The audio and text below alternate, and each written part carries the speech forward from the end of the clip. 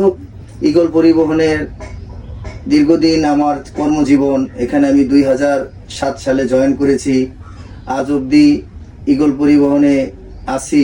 মাঝে আমি 4-5 বছর হানিফ এন্টারপ্রাইজের ভলভো RN8 ওই RM2 গাড়ি চালায় আসছি। তো পুনরায় আবার নিজের সাবেক সেই কর্মস্থল এখানে আসলাম।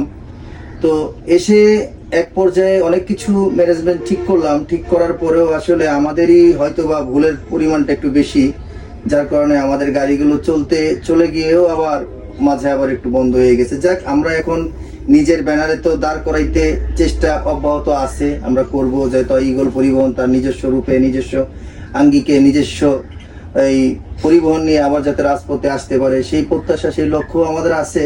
ইতিমধ্যে আমাদের গাড়িগুলো, যে স্লিপার গাড়িগুলো লেয়ার ইঞ্জিনের উপরে করা RM2 গাড়ির উপরে সুইট ক্লাস, তো এই গাড়িগুলোর মধ্যে এখন যেভাবে আছে আমাদের গাড়িটা এখন আইকনিকের বহরে চলতেছে।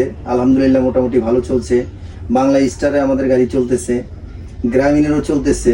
তবে আমাদের ব্যর্থতা হচ্ছে এটাই যে আসলে আমরা নিজের ফ্যামিলিটাকে ঠিক রাখতে পারি নাই।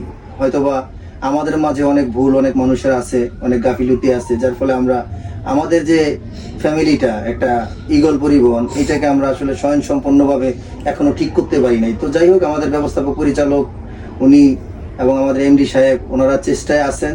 দেখি আবার সুন্দরভাবে ঈগল পরিবহনটাকে আবার আনা যায় কিনা, সেই প্রত্যাশায়, সেই লক্ষ্যে আপনাদের কাছে দোয়া চাই। আপনারা একটু সাপোর্ট করবেন, ভালোবাসবেন। যারা ফেসবুক লাভার ভাইরা আছেন, আসলে আপনারাও তো একালীন সময় অনেক বিতর্কিত হয়ে গেছেন। কারণ আমরা চাই, যেহেতু আপনাদের মাঝে সোশ্যাল মিডিয়াতে মানুষজন জানছে, মানুষজন সব মানে কি বলে আপনার এই প্রচারণা বৃদ্ধি হয়েছে, তো এইভাবে যাতে আসলে সঠিকভাবে আপনারা পালন করতে পারেন, আপনাদের মাঝে যাতে যাদের যতগুলো ব্যানারের গাড়ি আছে ওইগুলো যাতে ঠিকঠাক মতো চালাইতে পারে, ড্রাইভাররা যাতে কোনো রকমের মানে উচ্ছৃঙ্খল না হয়। আর আপনারাও সেই দিকে লক্ষ্য রাখবেন, আপনারাও সার্বিক দিক দিয়ে সহযোগিতা করবেন, যেভাবে সোশ্যাল মিডিয়াতে পরিবহনকে আপনারা এই সহযোগিতা করতেছেন। তো এমনি করে আমি প্রত্যাশিত যে আপনারা যদি পাশে থাকেন, সবাই মিলে একটা সুন্দর দেশ গড়ব, সুন্দর একটা স্বপ্ন বাস্তবায়ন করব। হয়তোবা এককালীন সময় আমি থাকবো না, আপনি থাকবেন না, আপনারা থাকবেন না, অনেকেই আমাদের মাঝে হারিয়ে যাবে, কিন্তু আমাদের সুন্দর ডিসিপ্লিন, শৃঙ্খলাটা যাতে কখনো হারিয়ে না যায়, সেই প্রত্যাশায় আমি মানিক রায়হান সবার কাছ থেকে বিদায় নিচ্ছি। সবাই ভালো থাকবেন, সবার শুভকামনা জানিয়ে আমি আছি, আপনাদের মাঝে থাকবো ইনশাল্লাহ, যতদিন আমাকে আল্লাহ হায়াত দারাজ করে। সুন্দর পরিবেশ, সুন্দর পরিবহন, সুন্দর রাজপথ আমি চেষ্টা করবো আমার তরফ থেকে দিতে। শুধু আপনাদের ভালোবাসা কাম্য। আসসালামু আলাইকুম।